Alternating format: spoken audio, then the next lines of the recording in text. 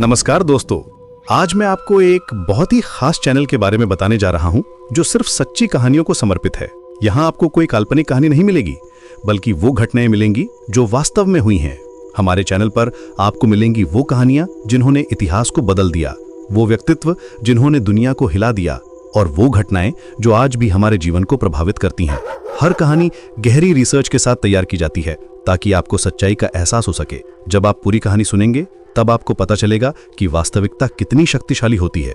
ये कहानियां आपको सोचने पर मजबूर कर देंगी और आपके नजरिए को बदल देंगी। अगर आपको ये कंटेंट पसंद आ रहा है तो प्लीज चैनल को सब्सक्राइब करना ना भूलें और इस वीडियो को लाइक भी करें। आपका सपोर्ट हमें और भी बेहतरीन सच्ची कहानियां लाने के लिए प्रेरित करता है। तो चलिए शुरू करते हैं। रात के ठीक 3:15 पर बाहर मूसलाधार बारिश हो रही थी। बूंदों की आवाज टीन की छत पर ऐसे गिर रही थी जैसे कोई मिट्टी भर भर के कंकड़ फेंक रहा हो। पर उस शोर के बीच मुझे अपने कमरे के कोने से एक अजीब सी आवाज, कुरछने की आवाज सुनाई दे रही थी। मैंने करवट बदली और सोचा कि शायद कोई चूहा होगा, लेकिन तभी मुझे याद आया कि मैंने पिछले हफ्ते अपने कमरे में जाली लगवाई थी। मेरा गला सूखने लगा और मैंने रजाई को अपने चेहरे तक खींच लिया। खुरचने की आवाज अब और तेज हो रही थी, खुर खुर, जैसे कोई लंबे नाखून से दीवार का प्लास्टर उखाड़ रहा हो। मेरी सांसें भारी हो रही थी और दिल की धड़कन इतनी तेज थी कि मुझे अपने कानों में धक धक सुनाई दे रहा था। हिम्मत करके मैंने रजाई के किनारों से झांकने की कोशिश की। कमरे में गहरा अंधेरा था, लेकिन बिजली कड़कने से एक पल के लिए रोशनी हुई और मैंने देखा कि कमरे के कोने में जहां मेरी अलमारी रखी है, उसके ऊपर कोई बैठा था। वो इंसान था। उसका शरीर मुड़ा तुड़ा था जैसे हड्डियां टूटी हो। उसके बाल गीले थे और चेहरे पर दो अंगारों जैसी चमकती हुई आंखें सीधी मेरी तरफ देख रही थी। मैं चीखना चाहता था, लेकिन आवाज गले में फंस गई थी। मेरा शरीर लकवा ग्रस्त हो गया था। मैं हिल नहीं पा रहा था। तभी वो चीज अलमारी से नीचे कूदी, पर कोई आवाज नहीं हुई। वो बिल्कुल बिल्ली की तरह दबे पांव मेरे बिस्तर की तरफ बढ़ने लगी। उसकी सड़ी हुई मांस की बदबू अब मेरे नाक तक पहुंच रही थी। एक अजीब सी गीली और ठंडी हवा मेरे चेहरे पर लगी। वो मेरे बिस्तर के एकदम पास खड़ा था।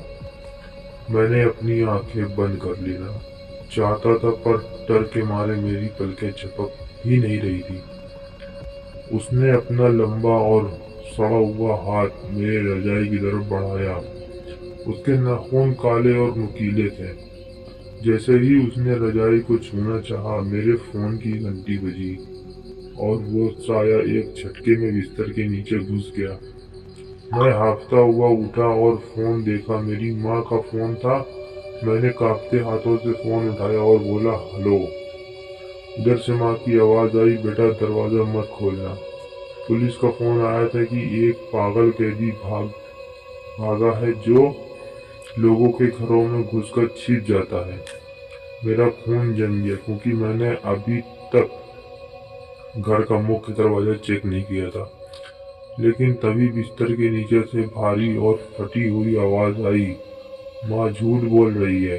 दरवाजा तो कब का खुला था और उसी पल मुझे एहसास हुआ कि मेरे पैरों को किसी ने नीचे से पकड़कर खींचा। वो पकड़ इतनी ठंडी थी जैसे बर्फ की सिल्ली से। मुझे खींचते हुए वो बिस्तर के नीचे ले जाने लगा। मैं बिस्तर की चादर को नाखूनों से नोच रहा था, पर मेरी पकड़ छूट रही थी। अंधेरे में मुझे बस उसकी लाल आंखें और पीले दांत दिख रहे थे जो एक शैतानी हंसी हंस रहे थे। और आखिरी चीज जो मैंने देखी वो मेरे ही कमरे का दरवाजा था जो धीरे धीरे अपने आप बंद हो रहा था। और फिर सब कुछ काला हो गया। सब कुछ काला होने के बाद मुझे लगा मेरा दम घुट जाएगा। लेकिन तभी मुझे एहसास हुआ कि मैं जमीन के अंदर एक तंग और रफ्तीला सुरंग में गिर रहा हूँ, जहाँ दीवारों पर कई और फफूंद लगी थी और फिसलते हुए मेरे हाथ पांव बुरी तरह छिलते जा रहे थे। कुछ सेकंड के बाद मैं धड़ाम से एक गीली और बदबूदार जगह पर गिरा, जहाँ चारों तरफ सिर्फ टूटी हुई हड्डियों के ढेर थे।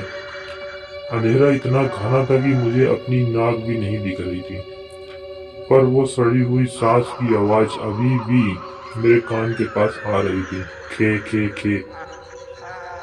मैं दर्द से करा रहा था, पर उठने की हिम्मत नहीं थी। अभी कोने में एक हल्की सी नीली और मरे हुए जानवरों जैसी रोशनी जली और मैंने देखा कि वो शैतान अब मेरे सामने उकड़ू बैठा है। लेकिन अब उसका चेहरा बदल रहा था, उसकी चमड़ी पिघल रही थी और वो धीरे धीरे ही चेहरे जैसा बन रहा था, बिल्कुल आईने की तरह। उसने अपना हाथ मेरे गाल पर रखा और उसकी उंगलियां अब इंसानों जैसी हो गई थी, और वो मेरी ही आवाज में बोला, अब तुम्हारी बारी है यहाँ सड़ने की, और मेरी बारी है बाहर जाकर तुम्हारी जिंदगी जीने की। मेरी रूह कांप गई जब मुझे समझ आया कि ये कोई मामूली भूत नहीं बल्कि एक छलावा है जो इंसानों को मारकर उनकी जगह ले लेता है। मैं पीछे खिसकने की कोशिश करने लगा तो मेरा हाथ खींचकर पड़ी किसी सख्त चीज से टकराया। मैंने टटोल कर देखा तो वो एक पुराना मोबाइल फोन था। स्क्रीन टूटी हुई थी और उस पर फोन के सूखे धब्बे थे। अचानक उस मरे हुए फोन की स्क्रीन जल उठी और बजने लगा। स्क्रीन पर कॉलर आईडी में लिखा था मम्मी। मेरा दिल जोर से धड़का क्योंकि मेरा फोन तो ऊपर कमरे में गिर गया था। ये किसका फोन है? मैंने कांपते हाथों से वो टूटा फोन उठाया और कॉल रिसीव की तो उधर से मेरी ही रोती हुई आवाज आई जो कह रही थी, बेटा दरवाजा मत खोलना, वो अंदर आ चुका है। और तब मैं एहसास हुआ कि ये कॉल अतीत से थी और ये फोन उस इंसान का था जिसे इस राक्षस ने मुझसे पहले मारा था। और अब वो मुझे चेतावनी दे रहा था, पर अब बहुत देर हो चुकी थी क्योंकि वो हम शक्ल अब पूरी तरह मैं बन चुका था और उसने मेरे कपड़े पहन लिए थे जो उसने जादू से मुझसे छीन लिए थे। वो हंसते हुए ऊपर सुरंग की तरफ चढ़ने लगा जहां से मैं गिरा था। मैं चिल्लाता रहा, नहीं रुक जाओ, मेरी माँ को मत मारना, पर मेरी आवाज उस गड्ढे से ही गूंजकर मासूम पर मेरी आवाज उस गड्ढे में ही गूंज कर रह गई। वो ऊपर पहुंचकर वापस झांका और उसकी आंखों में अब मेरी मासूमियत थी जो दुनिया को धोखा देने के लिए तैयार थी। उसने ऊपर से एक भारी पत्थर लुढ़काकर उस सुरंग का मुंह बंद कर दिया। अब मैं वहां अकेला था उन हजारों हड्डियों के साथ जो शायद मुझे जैसे ही बेचारों की थी, जिनकी जिंदगी चुरा ली गई। और तभी उस घनघोर अंधेरे में मुझे उन हड्डियों के खट खट करके जुड़ने की आवाज आने लगी, जैसे वो सब जिंदा हो रहे हों। उनमें से एक कंकाल ने मेरा और पैर पकड़ा और एक सूखी हुई आवाज में फुसफुसाया, स्वागत है हमारे नए साथी। और वही चीखते हुए मैं बेहोश हो गया, इस उम्मीद में कि ये एक बुरा सपना हो। पर बाहर की दुनिया में अब वो राक्षस मैं बनकर मेरी माँ के पास जा रहा था और मैं यहाँ हमेशा के लिए जिंदा दफन हो चुका था। होश आते ही मैंने खुद को उस सूखी हड्डियों के ढेर के बीच पाया, पर इस बार वो मुझे मार नहीं रहे थे बल्कि उनके जबड़े हिल रहे थे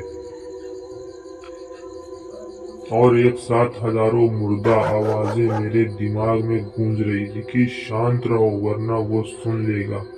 मैं कांपते हुए उठा और देखा कि वो कंकाल मुझे एक पुरानी दीमक लगी हुई लकड़ी के दरवाजे की तरफ इशारा कर रहा है, जो शायद सदियों से वहां छुपा था और मिट्टी में सना हुआ था। तभी मुझे ऊपर से बहुत दूर से टिंग टोंग यानी मेरे घर की डोरबेल बजने की आवाज आई, जो मेरे कानों में बसी थी।